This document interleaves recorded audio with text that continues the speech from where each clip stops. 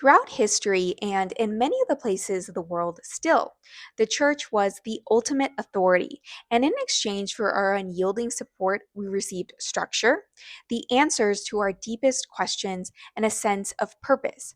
But the dark side to this trade is known all too well. Our powers were stripped, our freedoms limited.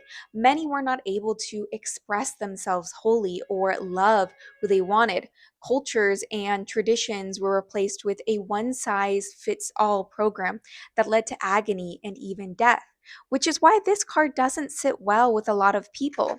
But it's important to remember that tarot is simply a reflection of the world, and the world has many faces. Hi, and welcome back. If you're new here, I'm River. I'm a queer astrologer and tarot reader. And in this Tarot 101 series, I'm going to be covering the meanings of each of the 78 cards. So, in this lesson, we're going to continue the story of the Fool's Journey. Then, we're going to dive into the keywords. And at the end, we'll have a practice tarot reading. So, happy learning! The Fool descends from the Emperor's Mountain, lean and weathered from the sun, yet more energetic than ever, ready to take on whatever awaits them next. A melodic chanting fills the air, carried on the wind along with the scent of smoky incense. The fool cannot resist a mystery and heads towards the village from whence it came. The bell tower comes first into view. It looms over the village, casting a shadow over the streets, a reminder to the townsfolk their deeds never go unseen. The fool's heart races as they approach the stone walls of the cathedral. Their hand grazes against its cold face, and they wonder if even the passing of an eon could bring such a mammoth down. Inside awaits the Hierophant, a figure nearly as old as the invention of time. The Hierophant is clothed as royalty with a three-tiered crown on their head, fine red robes, and a golden scepter. But his authority is higher than any queen or king, for his power comes directly from his source.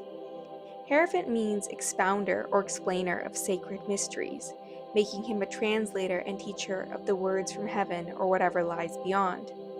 At his feet are two crossed keys, a symbol to the vast treasure of knowledge he alone has full access to. These crossed keys are also a symbol of papal authority, used by the Vatican. It comes from the Gospel of Matthew 16:19, when Jesus gave Peter the keys to heaven. Take note of the red roses and lilies on the disciples' garments. These represent their religious fervor and the purity of their devotion and thoughts. The fool is caught up in their zeal and takes a knee in front of the grand figure. The Hierophant's sermon follows the same themes each day. He speaks of the tenets each God fearing person must abide by, how each one must think, act, and obey in such detail that the fool cannot begin to question if what he's saying is true. As if reading their mind, the Hierophant stares directly at the fool and says, "Without these doctrines to guide us, the world would plunge into chaos." But what does this all mean if you were to receive the Hierophant in a tarot reading? This is a card of spiritual leaders and teachers. It's about the passing down of knowledge and traditions. And this is also a card about society's rules, which can come from the church, government, community leaders, or teachers.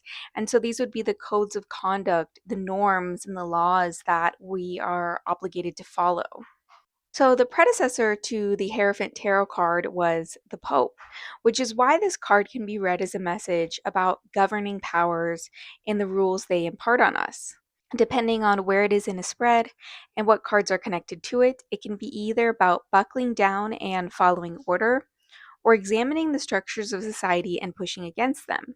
But we should pay attention to the name, the Hierophant.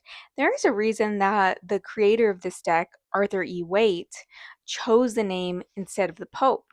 Breaking down the word, we see hieros, and forgive my pronunciation, we get sacred. From the Pi root east forms the words denoting passion, and then fain, which means to reveal or bring light. So a hierophant is someone who brings light to the sacred. And what is more sacred than the passing down of knowledge? Which is why I see this card come up time and time again for teachers and students. The mysteries of our world have a lineage of teachers that goes back to the beginnings of time. Every study, craft, technology, and religion is based on the wisdom of those that came before us. So, when you receive this card, it may mean that it's time for you to take up the calling of being a teacher, to share your insights in some way.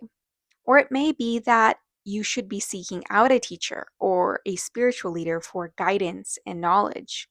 If it's the first option, teach what lights your heart with fire. Teach from a place of love and joy, and remember how much power your words hold, how much influence you have on your students. Tread carefully and with respect. And don't forget, you have just as much to learn from your students.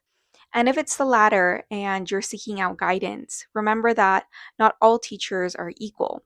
Hold close the lessons that you've learned along the Fool's journey. Trust in your intuition and know that you have the final say over your life. Let's see the Hierophant in action through a practice tarot reading. Now, for this tarot reading, we're going to do the question, what will help you get through this difficult time that you're facing? And to answer this, I'm going to do two cards for one question.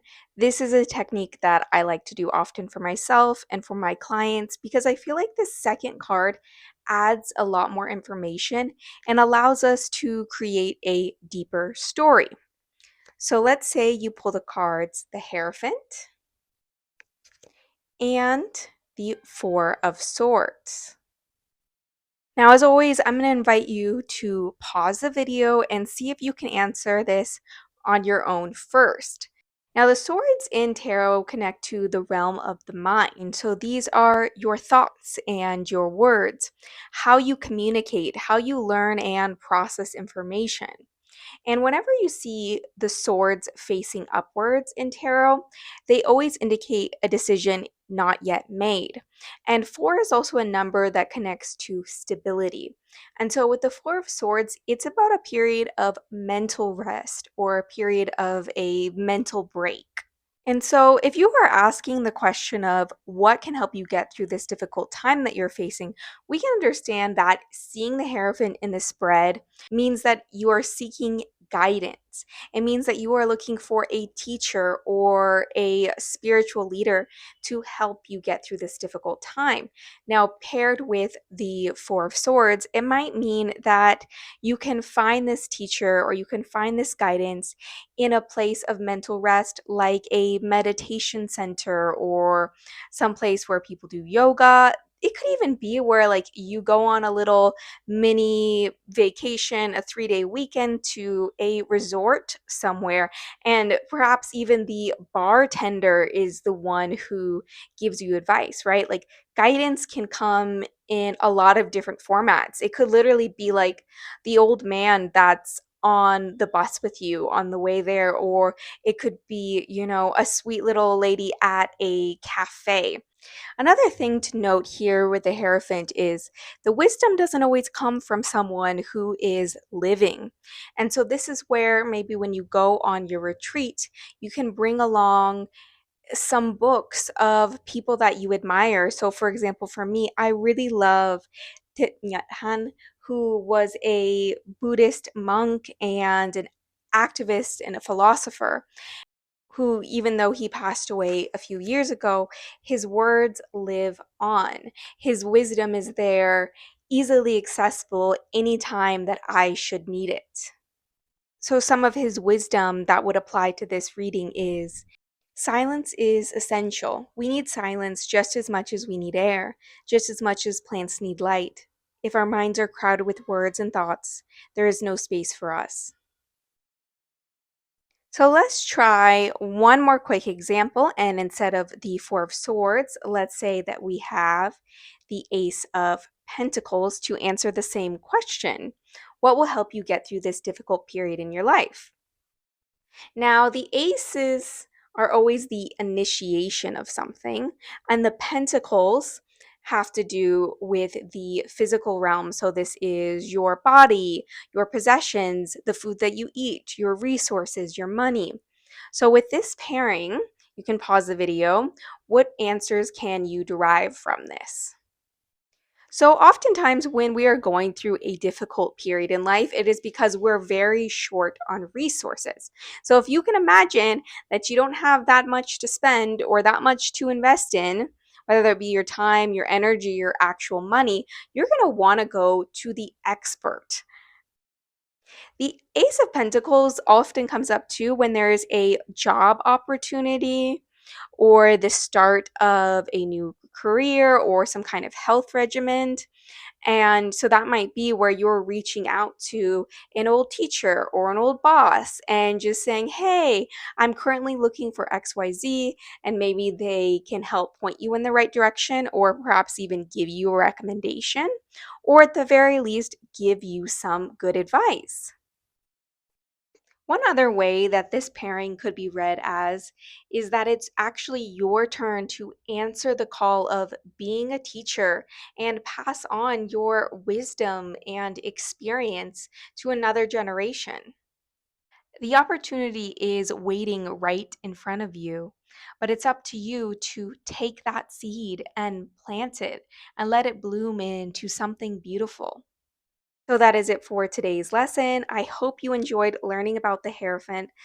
Let me know your thoughts in the comments below. If you'd like to learn more, you can go to byjovastrology.com and book a reading with me.